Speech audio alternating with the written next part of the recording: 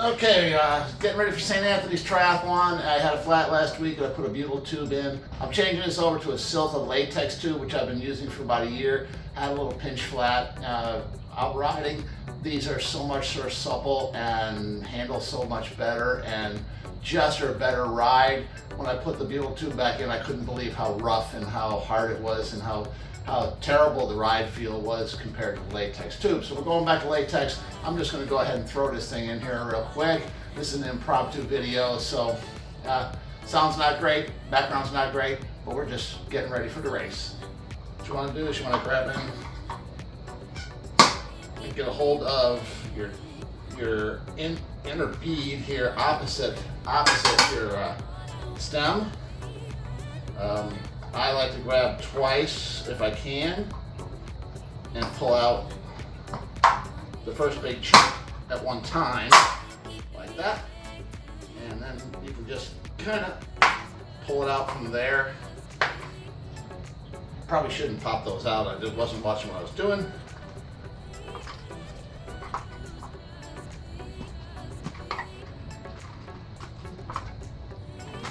Finally got it in.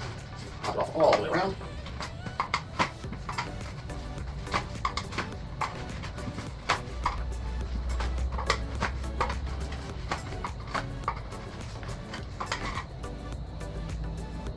And you just remove the old tube, grab a hole, pull it out. That tube's still good. Now, when it comes to putting latex tubes in, one of the reasons why I want to use a latex tube is the fact that first, it is way, way, way lighter than this butyl tube. And if you feel it, of course, you can't feel it in the video, but it is so much more soft and supple than this tube. I mean, look, I'm holding this out and it bends down. The butyl tube does not bend down as far, it's just stiffer. You open your tube. I'm removing the valve, the pesta valve out. We'll take that, we'll install it on the tube. Oh yeah, it's gonna work nice. Take our little tool here. Down. Gotta make a good solid seal there. And then we're gonna take and blow up our tube.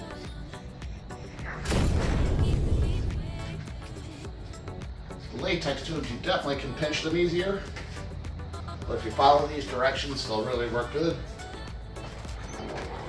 Next, we're going to take and use some plain old baby powder. Baby powder the inside of the rim real well. This is going to allow everything to slide and slip and get in place without pinches. It's a mess. Somebody's got a mess. It might as well be me. Whew, that is messy.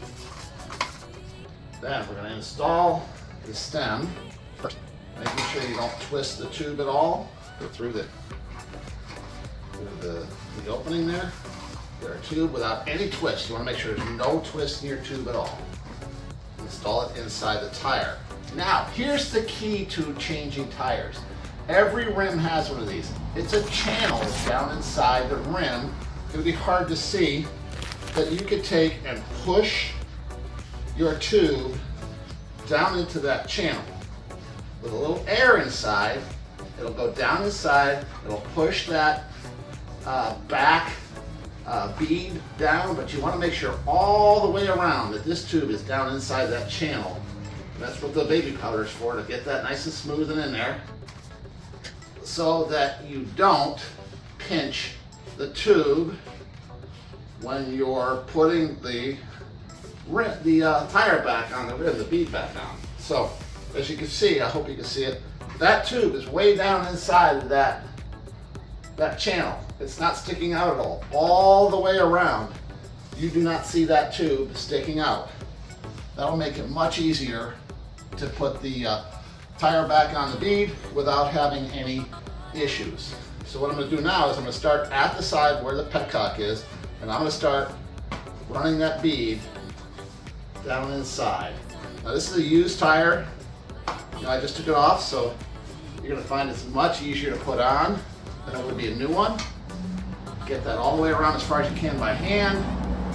There's one grab here. And roll that in. The tube. Push tighter. Back up on the rim. A little manhandling, and there we go. It's installed. A little cleanup, back on the bike, and off we'll go.